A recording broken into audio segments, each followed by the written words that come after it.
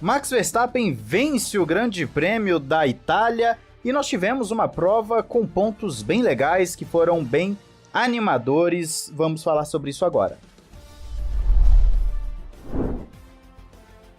Olá, amigo do Ressaca Fórmula 1, seja bem-vindo a mais um vídeo. Eu sou Matheus Pucci e existiu uma expectativa muito grande sobre essa prova e tivemos vitória de Max Verstappen batendo o recorde, agora isolado como o cara que conseguiu mais vitórias consecutivas na história da categoria.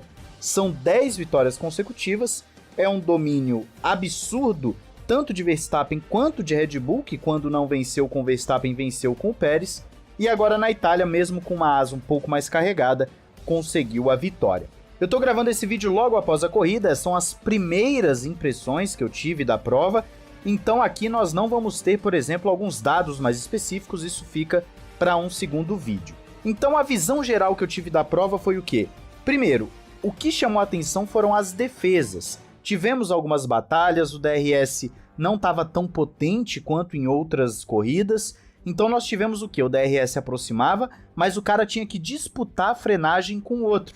E isso é legal, porque aí você tem uma possibilidade de defesa, você tem uma possibilidade de conseguir uma disputa roda com roda. E nós vimos isso principalmente na primeira chicane. Na segunda zona de DRS não teve muita ação, servia mais para aproximar, para então, depois da reta oposta, você conseguir utilizar o DRS na reta principal.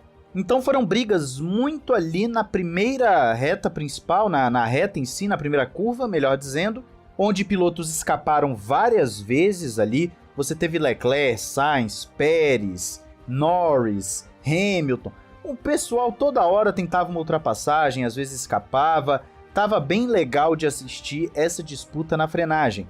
E quem deu uma aula de defesa, por mais que não tenha conseguido ficar ainda com a primeira posição, foi o Carlos Sainz. Ele estava sendo muito inteligente nas suas defesas, colocando o carro meio que no meio da pista, tirando a possibilidade do adversário tanto ir por fora ou por dentro, forçando a redução de quem queria, por exemplo, ir por fora, que aí você ou bate ou então permanece na frente. A decisão fica para o carro de trás. E o Carlos Sainz conseguiu fazer isso com o Verstappen, conseguiu fazer isso com o Pérez, conseguiu fazer isso com o Leclerc. Realmente fez uma bela corrida dentro da limitação do carro da Ferrari.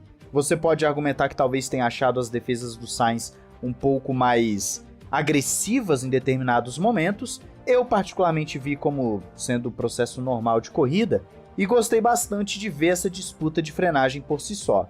Eu não vou dizer que o Sainz foi o piloto do dia para mim o piloto do dia fica entre Pérez e Verstappen, já eu vou chegar na Red Bull, mas a batalha do Sainz com o Leclerc, com seu companheiro de equipe, foi bem legal porque as Ferraris estavam indo com tudo, fritando o pneu, saindo da pista, os dois ficaram no finalzinho da prova, trocando mesmo, querendo saber quem vai ficar em terceiro, trocando francamente, e foi legal de acompanhar, cheguei a pensar que eles iam bater e quase aconteceu uma batida entre eles. Pensei, rapaz, imagina se as duas Ferraris nas últimas voltas batem, até comentei isso com os membros. Imagina se isso acontece. Ia ser um pandemônio na Ferrari.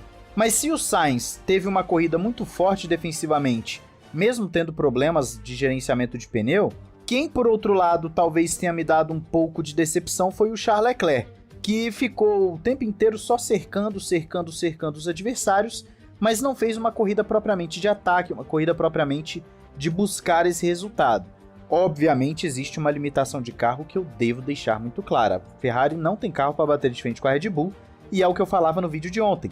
A Red Bull veio com uma asa mais carregada, teria um carro mais equilibrado, teria um melhor gerenciamento de pneus, então no médio e longo prazo da corrida, a Red Bull fatalmente passaria a Ferrari e conseguiria essa vitória. É o que eu estou avisando desde sexta, sábado. E foi dito e feito. O Sainz segurou bastante o Verstappen, só que o Verstappen, a partir do momento que o Sainz começou a ficar com o pneu mais desgastado, o Verstappen até falou no rádio, né, tô vendo que ele já tá começando a escorregar demais. Ali já era, não teve como. Na primeira vacilada do Sainz, primeira fritada, já era. Ele foi, fez a ultrapassagem e ali abriu pro Sainz, não teve muita discussão, não teve muito o que fazer. Por outro lado, Sérgio Pérez fez uma corrida de recuperação muito boa, terminou na segunda posição, e mesmo com um motor que é um motor já usado, que ele teve que trocar por conta do vazamento de óleo, foi muito bem o Sérgio Pérez, fez as ultrapassagens necessárias para terminar na segunda posição. O Verstappen é aquele negócio, tá numa liga à parte, então você não espera que o Pérez vai brigar com o Verstappen, mas foi excelente a recuperação do Sérgio Pérez. Particularmente, achei ele o piloto do dia justamente pela recuperação e a limitação do motor dele. Sofreu um pouquinho no início da corrida? Sofreu. Mas ainda assim, fez o trabalho dele e é aquilo que digo para vocês, como falei ontem, temos que ser justos. O Pérez não tem apresentado grande ritmo ao longo da temporada, o pessoal fala muito de sabotagem, mas quando ele vai bem a gente tem que elogiar. E ele foi muito bem, como eu disse, para mim foi o cara da corrida justamente por conta do cenário em que ele estava envolvido, a Ferrari entregando tudo o que podia nesse Grande Prêmio da Itália, e o Pérez, mesmo com a limitação do motor, conseguiu as ultrapassagens, aproveitou a deficiência da Ferrari para poder conseguir um segundo lugar. No meio de pelotão, a corrida também foi legal. Nós tivemos batalhas legais da McLaren, tivemos ali as Mercedes também se envolvendo em algumas batalhas. O pessoal mais de trás ali não apareceu tanto na transmissão. O Albon defendeu também bastante a sua posição, conseguiu um excelente 7º lugar. Então nós tivemos muita ação nessa galera, não ação no sentido da ultrapassagem em si, mas da tentativa de ultrapassagem, do botar de lado, do de você disputar a frenagem. Isso eu achei legal. E o meio de pelotão não decepcionou nesse aspecto, nem sempre a quantidade de ultrapassagens faz da corrida necessariamente boa. Quantas corridas já não tivemos em que tem uma porrada de ultrapassagens, mas não foi empolgante. Essa eu acho que deu para dar aquela incógnita, aquela imprevisibilidade do, será que vai ultrapassar? Será que vai bater? Eu acho que isso rolou. E para finalizar, aquele toque entre o Piastri e o Hamilton, que o Hamilton levou a punição posteriormente, não afetou nada no resultado final dele, ele conseguiu abrir os 5 segundos, mas eu diria que não puniria o Hamilton, porque para mim, toque de corrida é toque de corrida, você não tem por que ficar punindo os caras por qualquer coisa. É uma disputa normal, estavam ali disputando a posição, numa frenagem, o carro vai um pouquinho mais para a direita, um pouquinho mais para a esquerda, acontece, os carros são gigantescos, as pistas não estão mais largas, então é normal que aconteça isso, tanto é que em disputas nas chicanes você via que muita gente ia para fora da pista, porque você já não tem mais a possibilidade de 2 carros passarem juntos, como acontecia antigamente. Se você volta um pouquinho no tempo, até 2016, por exemplo, os caras passavam lado a lado nas chicanes tranquilamente.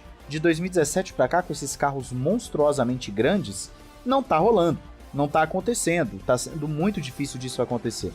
Mas é isso, a corrida me empolgou, achei interessante, tem o recorde do Verstappen, que vai fazer essa corrida então ser histórica, e obviamente nós tivemos a Ferrari colocando tudo que podia, o Carlos Sainz conquistando um pódio, e eu quero saber a sua opinião aí nos comentários, para você quem foi o piloto ou a equipe que chamou a atenção, o momento da corrida, fala aí, que eu quero saber a sua opinião. Não esqueça de se inscrever, ativar o sininho e entrar na Instant Gaming para comprar seus gift cards e jogos mais baratos e ainda ajuda o canal entrando pelo link na descrição. Um grande abraço, valeu e falou!